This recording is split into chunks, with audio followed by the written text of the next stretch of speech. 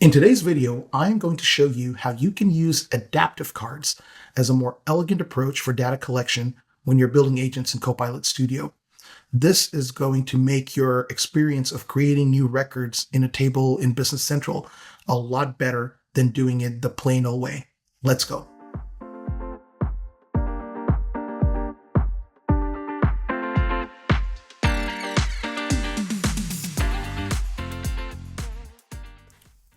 Welcome back to another episode of OnlyCopilotFans. I'm your host, AJ Ansari, and today's video was inspired by a request from my friend Aura Goldman. Aura attended my Copilot Studio for Business Central Professionals Bootcamp at the Community Summit in October 2025, and in that bootcamp, I never got a chance to show the adaptive cards functionality and how you can use it in your agents. So I promised her that I would make a video so that she and anybody else interested would be able to learn and use this in the agents that they're building. So let's get started. Now, before I show you adaptive cards, I want to show you why there even is a need for adaptive cards. So let's imagine a scenario. You are building a Copilot Studio agent, and this agent is going to create records. And for the purpose of this conversation, let's assume it's going to create a customer record in Business Central. So let's examine how you would do this without adaptive cards, the standard way of doing it, as it were. I have here an agent, just a very simple agent. Not much has been done here. And what we will do is go straight to Tools, and we can use Business Central and then find the Create Record connector. Or here, it's already got this in my suggestions. So I'm going to pick this. And if you haven't already connected before, it's going to ask you to select a connection or create a connection. I'm just going to jump straight into Add and Configure. Now, when I add and configure a connector, the first thing that I have to do is give a name for the connector, something unique that will allow me to differentiate this from other connectors that I might have. So I can say Create Customer, and a description. Now, this description is being read by the AI orchestrator, so I want to be smart about what it says here. So I could say this connector, this tool helps, this tool creates a new record in the customer table, or a new customer record in Business Central is probably a better way to say it. A new customer record in Dynamics 365 Business Central. And then I can go to some additional details. I would recommend that in production agent, you're always using end user credentials, but here I will just take maker provided credentials. It's going to stop asking me to provide credentials the first time I use a new tool, for instance. And then we go to the inputs. Now, most of these inputs with the Business Central connector tend to be populated as custom values, and these are your environment, your company, your API category, and the table name. If you do not have your own APIs, you're welcome to use the version 2.0 APIs from Microsoft and select the table name customers. But I also have my own API mini library, which you can find on my GitHub repository. And so I will select that. And the customer API. That row input was briefly there, but once I select everything, it drops off. And this time I get to select the fields that I would like to populate. Because my customer table has a numbering series for customers and it automatically populates, I shouldn't have to select or populate a number field. So I can focus straight on some of the things that I do want to populate. So one of them can be name. This is not what I was trying to populate. Let's just go in. And if the search does not want to cooperate, you could always just do this. Name, and let's have the salesperson code.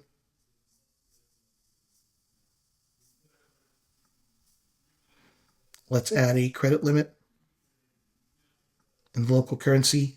And then let's add the posting groups, customer posting group, and the general business posting group.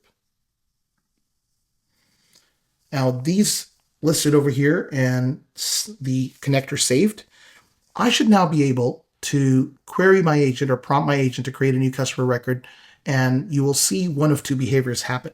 So let's just say I want to create a customer record or create a customer.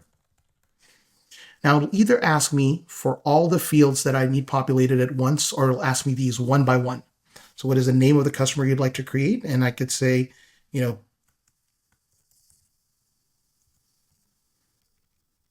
Jessica's Chocolates Inc. And then it might have a question about the credit limit, and you see it doesn't do it in the same order I've listed them either. So here I would have to know that it's domestic,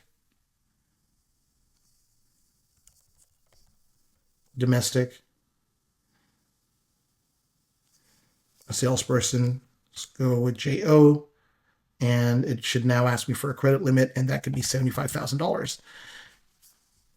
Simple enough, but if there were more fields that I had to populate, this could make the process more cumbersome and certainly not very user-friendly. But to prove that our connector worked, come back over here and you can see Jessica's Chocolates has just been created with the $75,000 credit limit. So this gets the job done. But what we want to do this is in a way that's more form-fill-like. It can allow us to put things in a certain order. It can also allow us to give drop-downs. So if a user has to choose, say, between the different posting group options, domestic, foreign, or whatever you may have, you could have those. If it's a date field, maybe have a date picker, etc. That makes the process user-friendlier. So let's see how that's going to be done. And before we do that, let's take an example of what type of values are going to be available in some of the different fields, and that'll come in handy when we're building our adaptive card. So here I have domestic, EU, and export, and here I just have domestic. So we'll keep that in mind. Now, to build an adaptive card, the first thing you need to know is that adaptive cards cannot be built or cannot be worked with directly in the tools area. So I have to go and create a topic. Topics will naturally rise to the top in the planning process, but if you do, for some reason, experience any odd behavior, there is another option within each tool that says it can only be referenced by topics or agents. This will ensure that this particular tool will never be used by the planner for anything else. This may not be the best thing to do. You may have some other complicated processes that invoke the create customer, and it may be great to actually have this be freely available for use by the AI orchestrator. But in this example, I simply wanted to show you a good option that is available to you in your many tools or in your quiver, as it were, as an agent maker. So let's go into topics, and we're going to say add a topic from blank, and we're going to call this create customer. And the trigger would be this topic is triggered when the customer asks to create a record or create a customer in Business Central. Now, next thing I would do is ask with an adaptive card. Now, at this point in time, you'll see an adaptive card designer is available, and you can either edit the adaptive card in JSON or with a formula or with a schema. And if you were to edit this, here it gives you an adaptive card designer. There is a more friendly adaptive card designer that is available in another area, but where people struggle is not knowing how to work with a JSON payload, or sometimes even the elements in the input selectors can feel very cumbersome. This is where you can use another AI tool or even your own agent to make your life really easy. So let's examine how that will work. I've got M365 Copilot available over here. You could have also done this with ChatGPT, Gemini, Anthropic, or whatever your favorite tool is. So I'm going to ask for a JSON payload.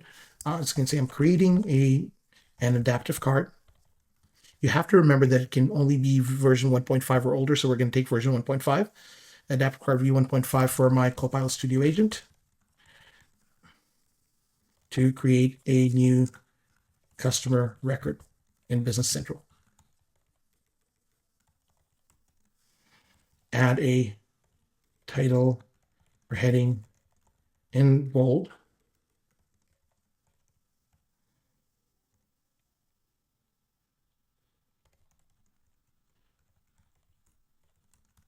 Create a customer. Now, here you could have also added a logo, or you can add that later in the adaptive card designer. Now, I'm going to then state the different fields. Add the following fields. Customer name, and I'm going to put in data type. I can be very freeform text. I don't have to specifically say how many characters, although if you want to enforce, you could certainly say there's some validation, but customer name, and then I have my salesperson code, text, and then I have a credit limit.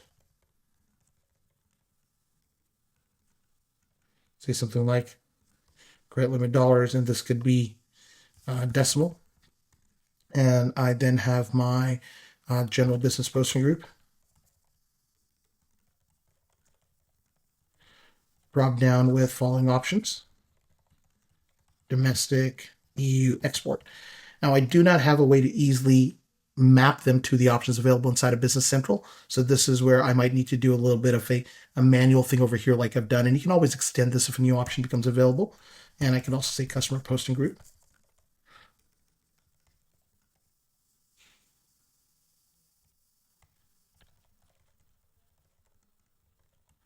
Options, blank, and then one would be domestic. Add a submit button. If I wanted to have anything else, I could say, and then please give me a JSON payload. Now notice how I do not need to code. I simply need to define the things that were previously asked by the agent.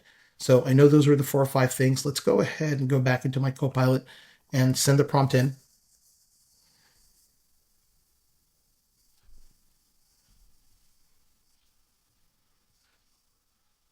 Great. I can copy the payload. I can take this back over here, and the card payload editor, I'll select what was already there, delete it, and then I just paste what I got. So here I can see my customer name, my salesperson code, credit limit, general business and general product posting, and the customer posting group. And there's a create customer button. So this is pretty easy, pretty straightforward. Let's go ahead and save and close. And there you have it, my adaptive card. Well, there seems to be something that it does not like. So let's go back in here and adaptive card. I think it's a null value in my customer posting group that it doesn't like. So I can choose for now, I could probably keep just one choice. I know I only have one choice in here. I don't have a domestic and a foreign, etc. in there. So let's just go ahead and keep this. So you also got to see a little bit of troubleshooting. But if you're having trouble, you could always grab that and retype in your prompt and have it come up with something else. So we have that. Now, the next important thing is once we capture this information, we need to map it to the input fields of the customer tool. So this is that next step that we have, and we're going to come up here and then say add a tool, and we can come to an existing tool, which is create customer. So that's a tool we created at the beginning. And here, there are some inputs that we can populate and map. So we have the item name, and this is going to map to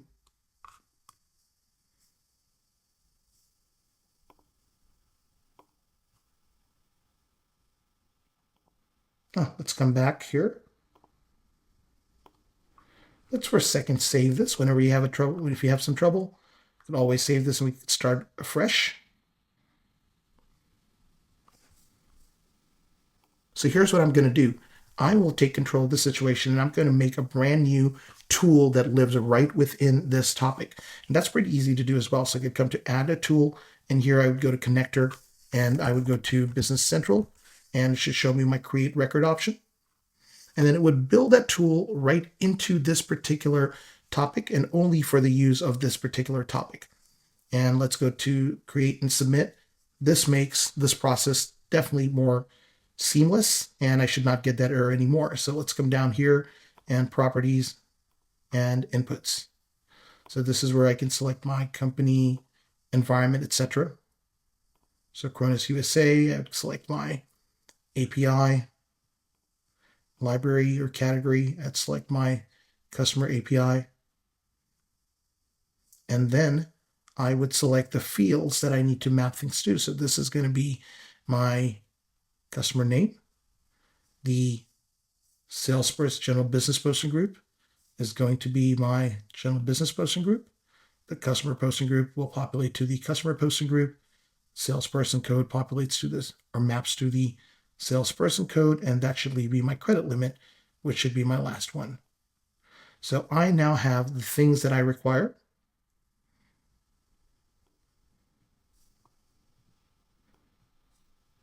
And I could then send a message at the end that says,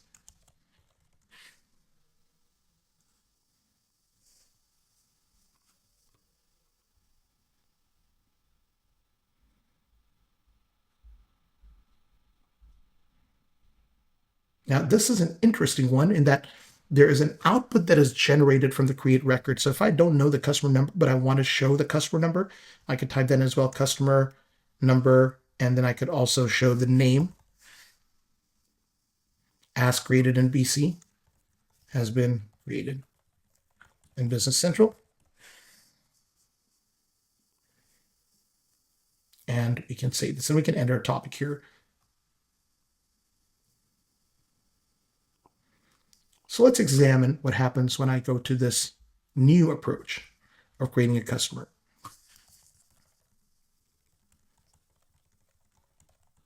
Create a customer in Business Central.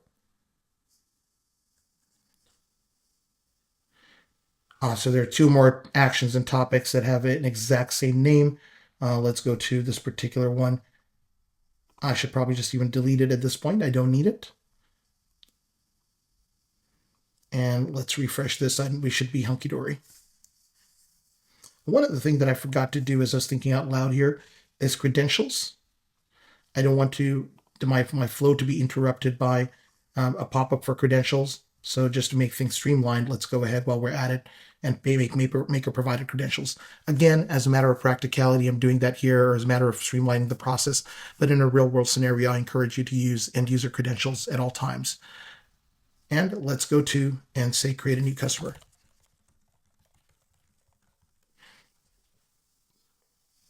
This should cause my topic to come up.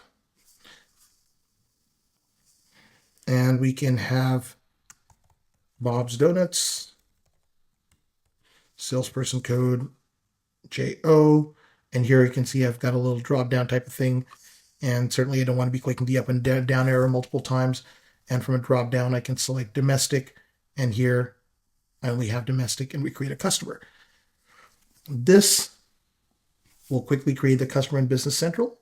And I can see that customer right away when I hit the refresh button.